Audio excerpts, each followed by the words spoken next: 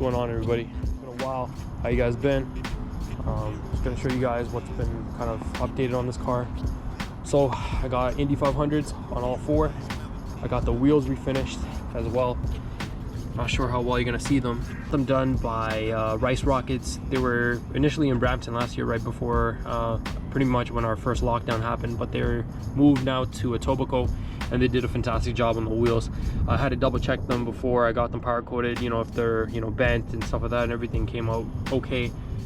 So I did a satin finish on the wheels. I think it really sets apart the car way more than having a glossy, you know, paint and then glossy wheels. I just think a little bit of separation goes a long way, and I kind of learned that from my S4. 5mm spacers in the front with extended studs. You need to run that stuff. You can't just, you know, run just the factory ones, because they're just gonna, you're not gonna have enough thread. But I've noticed that it doesn't poke out the way that I wanted to poke out. The problem with the IPL wheels is they have a weak offset. They're pretty deep in from even the G37. My plan is 15 in the front, and 15 in the front, 10 in the back. Reason being is this car tends to be more straight. It doesn't have any like flare in the quarter panels. It's not like a G35 coupe. It's not like a 350Z, how it has like kind of like a bulge in the back that gives it a little bit of wider stance where the back is. This car is more flush. So what I see is, like, you know what, a 15 in the front and a 10 would set it perfectly and give like kind of like a square setup. Another addition to the G is the rear lip. I had this, I don't know, since 2017, 2018. So I finally got it finished around the same time when the lockdown was happening. So I had a lot of things that I wanted to address on this car. Now the fitment is not the absolute greatest.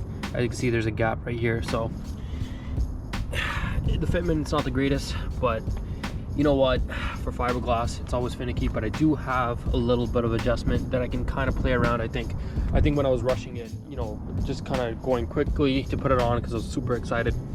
Now, as you can see, I wanted to separate the colors. I was gonna go for a gray, but I think the satin black looks great, and it was taped off pretty nicely. Also, underneath the car, I have a muffler now, and I will put the part number, which one I got. It's a Vibrant, ultra quiet, whatever it is, kind of a straight through one. But yeah, also, you know, the JDM taillights are here, of course. LED license plate lights, LED turn signals, LED reverse lights, you name it. Just a clean, modern touch, the way that this car should have came from factory. Moving on to the interior. So I have the 0506 door panels. So here's the interior right now. Still have the stock seats in on both and the back. I have the custom carbon fiber cluster piece. Looks fantastic. 06 steering wheel with the orange stitching, which is a nice touch on this car, because the factory one from 03, 04 is pretty junk. Still have my Metra kit, the biggest fan of it. If I can get the OEM JDM dash kit 100%, you know, replace this ancient double din, because this thing's hella old and I have a scratch in it. What else? My mirror fell off a while back, so I was running that huge thing, but I missed my sun visors. So everybody was saying that you can't repair, you gotta replace the glass, because it chipped a piece in the glass. And you know what, I just friggin' found the old original piece and then just used the adhesive glue that you can get from like crappy tire and just install it, and then, you know, it came clutch. It hasn't fallen down yet, and I did this in last year as well, around the pandemic. So carbon fiber pillars right here, I think it gives it a really nice touch. Can't really see, but my buddy did this with the weave. It looks fantastic. In the sunlight, it looks fantastic, but like this piece and that piece, I did have one piece right here, but the lacquer behind here is starting to peel up, so I'll have to get that refinished. And OEM mats all around. I'll show you guys the engine bay. Nothing impressive. It's not pushing, you know, 400 wheel or anything like that, not yet, but I was thinking about it, but it's just not worth it. So here's the engine bay. I got the polished plenum that I did, I don't know how many years now. The Z-tube, proper intake, not gonna absorb any heat. Oil cash can, of course, is a G35. It's a VQ.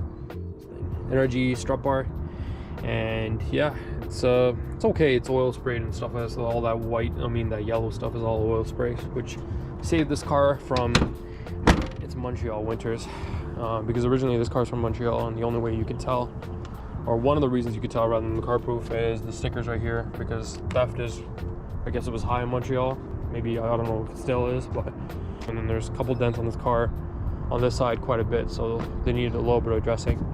So yeah, Indy 500s all around. I think I paid, this came with a set of S4 wheels I got, which I sold the wheels and I kept the tires because the tires were fantastic. I think they're 8 out of 32, and the front I got for 40 bucks, and they have like 5 out of 32, so they have like a season or two. DOTs are all good. They're not, you know, freaking from 2013. I was gonna do carbon fiber fenders on this car, and the reason why is I have some carbon fiber goodies. Basically, a long story short, I have a carbon fiber hood and I have a carbon fiber trunk.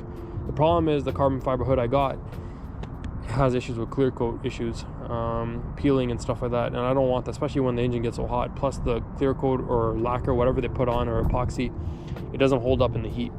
So what my plan was to re-clear the hood, first sand it down, re-clear it, and then pretty much clear ball the whole thing, and then ceramic coat the clear ball on top. And that's just the way that I think.